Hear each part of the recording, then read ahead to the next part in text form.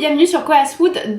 Comme tu le sais peut-être, en début d'année, j'ai vécu un drame capillaire. Alors je sais que pour certaines, c'était pas si horrible, mais quand on demande quelque chose et qu'on a complètement quelque chose de différent et qui en plus ruine la texture de ses cheveux, pour moi j'appelle ça un drame capillaire. Donc dans cette vidéo, je vais partager avec toi tout ce que j'ai fait et tout ce que j'ai utilisé pour permettre d'améliorer la texture et l'apparence de mes cheveux, parce qu'après la décoloration, j'avais les cheveux pratiquement blancs et ça les a vraiment ruinés. Mais je fais pas ma marseillaise, même si je suis marseillaise, ça les a vraiment massacrés. Donc je vais partager avec toi tout ce que j'ai fait qui a permis en fait de redonner un petit peu vie à mes cheveux, mais je te dis tout de suite, ça n'a pas été une mince affaire et c'est pas non plus des produits miracle, mais j'espère que ça pourra t'aider. Donc si tu penses que cette vidéo peut être utile à d'autres personnes qu'à moi qui ont vécu un drame capillaire, n'hésite pas à la partager et n'oublie pas non plus de t'abonner juste là pour plus de vidéos beauté.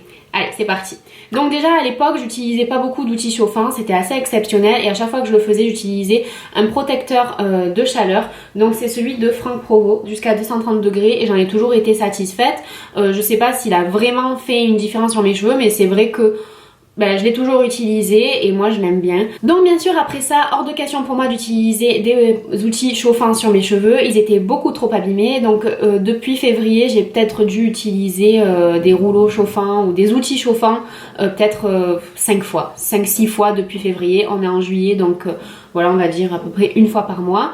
Donc ça a été très ponctuel. Et donc surtout après mon carnage capillaire, j'ai décidé de reprendre en main mes cheveux et j'ai fait beaucoup de masques naturels. Donc j'ai utilisé l'huile de ricin surtout à la racine, parce qu'en fait l'huile de ricin elle nourrit pas le cheveu, elle permet d'accélérer la pousse du cheveu, donc si elle est utilisée à la racine, et il faut bien masser pour activer la circulation sanguine, etc. Sur les pointes et les longueurs, j'ai utilisé de l'huile de coco et de l'huile d'amande douce pour nourrir les cheveux. Donc les premières semaines j'ai fait ça hyper sérieusement, donc je me mettais l'huile de ricin sur les racines, sur les longueurs je mettais huile de coco ou huile d'amande douce ou les deux parfois. Donc j'attachais mes cheveux, je les mettais dans du cellophane, donc j'avais une tête toute plastifiée et je mettais un bonnet. D'ailleurs t'as peut-être dû voir ça sur Snapchat d'ailleurs. Non, je vous dis pas la tête de mon copain quand il me voyait aller me coucher.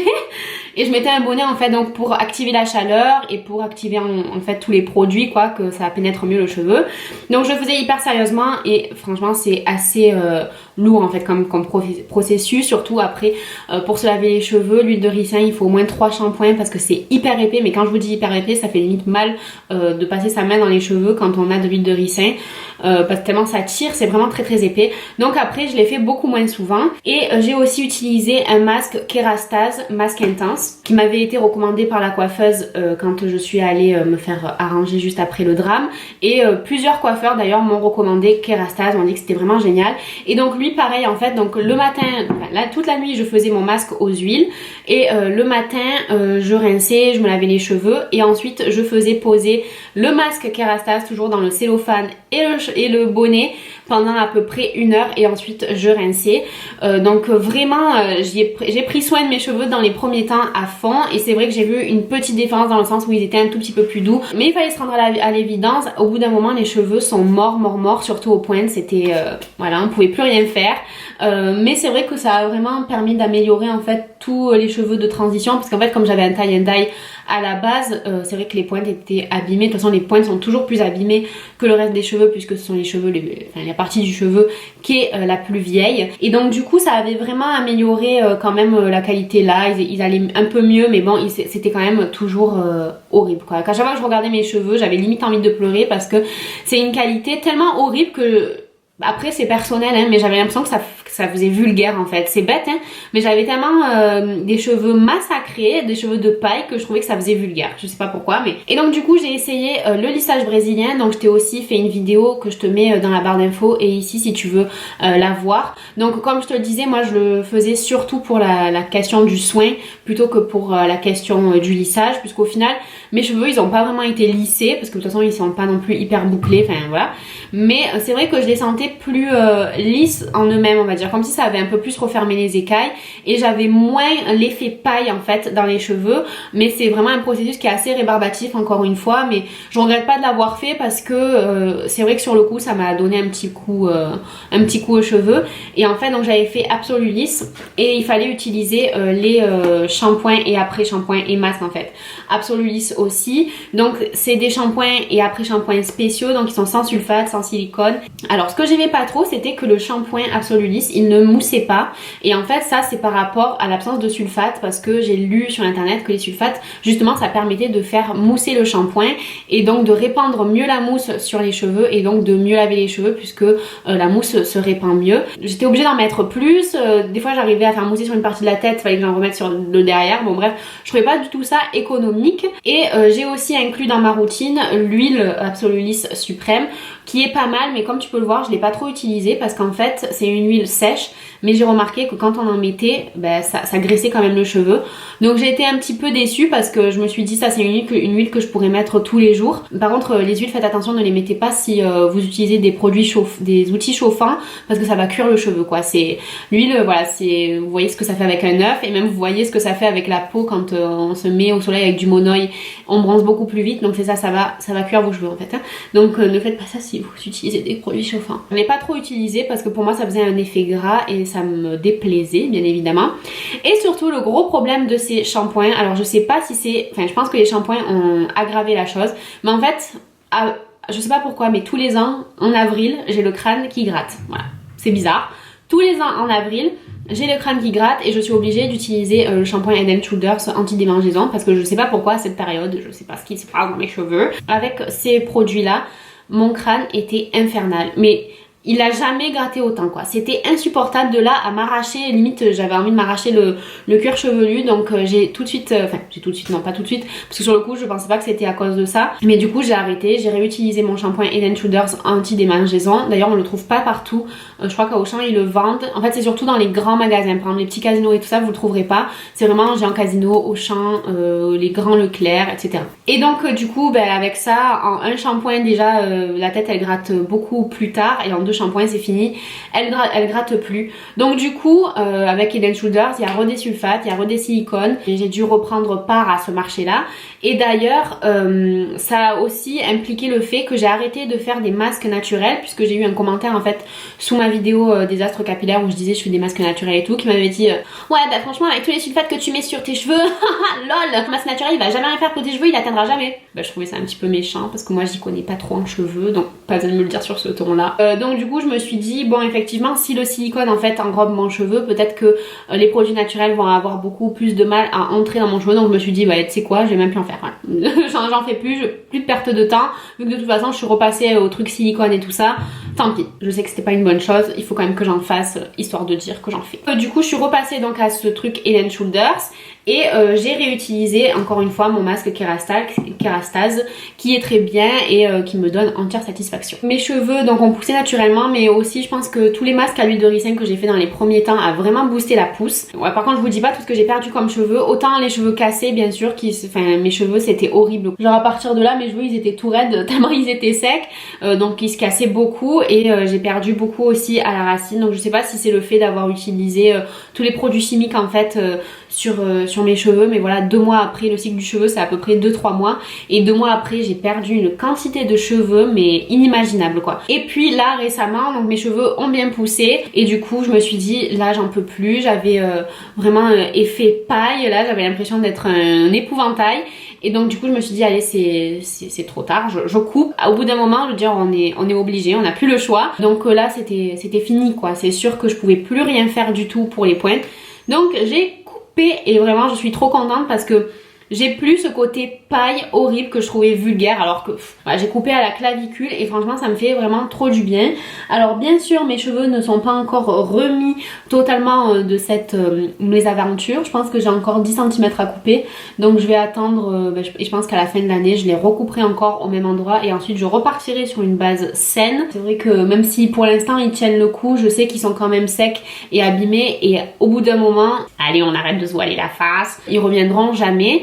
Donc là vraiment je les maintiens je trouve dans une bonne forme, mais ils seront jamais aussi en forme que ceux qui sont en train de pousser là maintenant. Du coup je continue de prendre soin de mes cheveux, j'ai laissé tomber le fait de pas utiliser de sulfate de silicone et tout. C'est vrai que je me suis renseignée sur internet, c'est pas terrible, mais do I have choice? Not really. Et en plus bon voilà, j'ai toujours utilisé des sulfates de silicone, mes cheveux ils étaient quand même en bon état avant ça.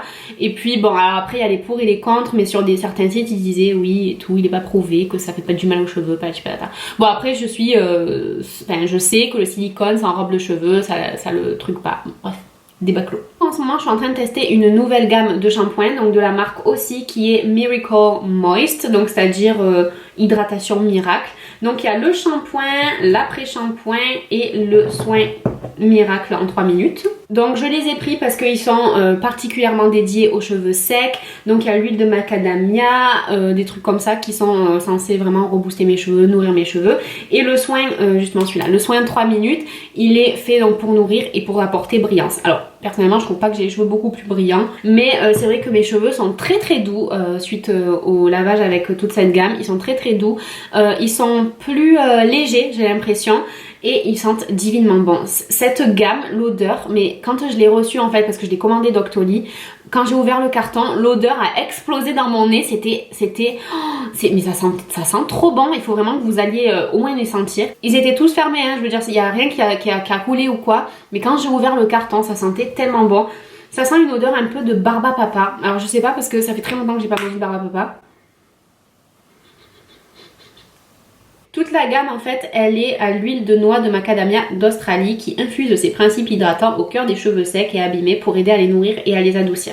Donc pour l'instant j'ai pas utilisé la gamme assez longtemps pour vous dire si vraiment ça nourrit mes cheveux, si je retrouve une chevelure, mais ce que je peux dire c'est que c'est vrai qu'ils sont très doux, ils sont beaucoup plus légers. Pour l'instant c'est un oui, mais bon après on sait jamais, peut-être que ça va changer.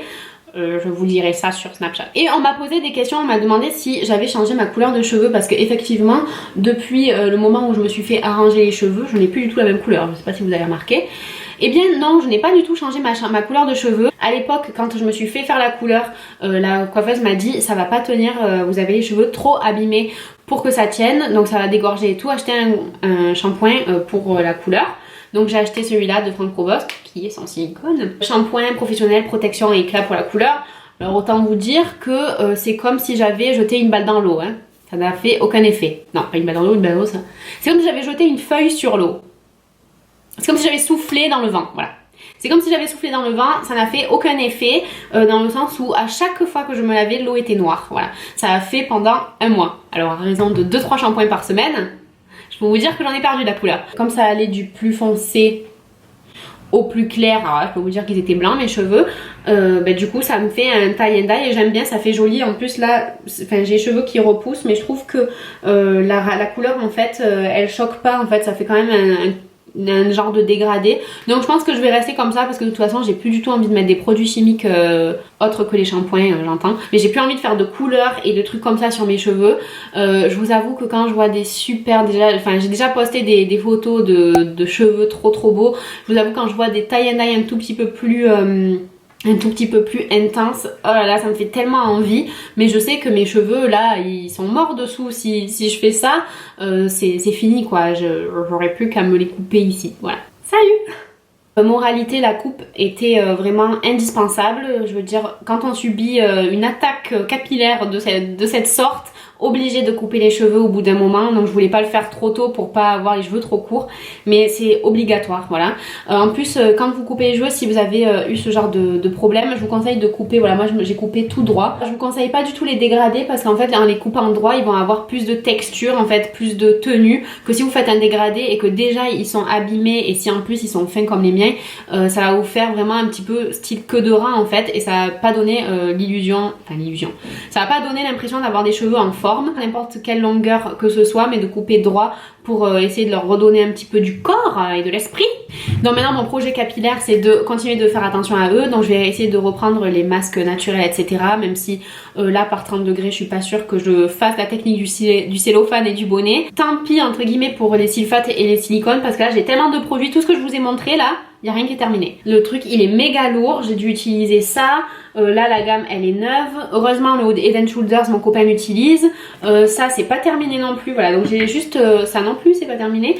J'ai juste 100 milliards de trucs à terminer, donc je vais pas commencer à acheter encore des shampoings. Sachant qu'avant ça j'avais reçu des shampoings L'Oréal que du coup j'ai plus du tout utilisé, donc heureusement je les ai donnés à ma mère. Mais là il va falloir quand même que je termine un petit peu tout ça, donc je compte pas passer au sans sulfate, sans truc et tout. Peut-être plus tard, mais c'est vrai que moi le problème de la mousse ça m'énerve. Ça m'énerve. Dans tout ce que je t'ai montré, le plus efficace, celui que je trouve le meilleur en fait, c'est le masque Kerastase pour moi. Si tu t'y connais en cheveux, si tu es coiffeuse ou si tu as voilà, des conseils à me donner, n'hésite pas à me les donner en commentaire, me dire qu'est-ce que tu me conseilles de faire. J'espère que cette vidéo t'a plu, n'hésite pas à la partager si tu penses qu'elle peut aider d'autres personnes, si tu as une amie qui a récemment vécu un drame capillaire. Dis-lui que ce n'est pas la fin, dis-lui qu'il y a une issue, peut-être un peu plus loin, qu'il faut lever la tête, regarder vers le futur et on peut toujours s'en sortir. Donc dis-lui que tout va aller bien, j'en suis la preuve, voilà. Je reçois encore des commentaires sur ma vidéo catastrophe capillaire de filles qui me disent « Oh ça vient juste de m'arriver, patati patata », donc j'espère que cette vidéo va pouvoir les aider. Et toi d'ailleurs si tu en fais partie. Donc voilà, j'espère que ça va pouvoir t'aider. N'oublie pas de t'abonner juste ici pour plus de vidéos beauté. Et avant de partir, récupère ton petit cadeau, mon ebook gratuit sur le maquillage de jour. Je te mets le lien dans la barre d'infos. Voilà, je te fais de très gros bisous et je te dis à très vite sur Koalas Food 2. Bisous. Coucou, bienvenue sur Koalas Food 2. Je te retrouve aujourd'hui pour une vidéo favoris et ça fait super longtemps que j'en ai pas fait. Donc je peux même pas dire que c'est les favoris du mois de juin ni de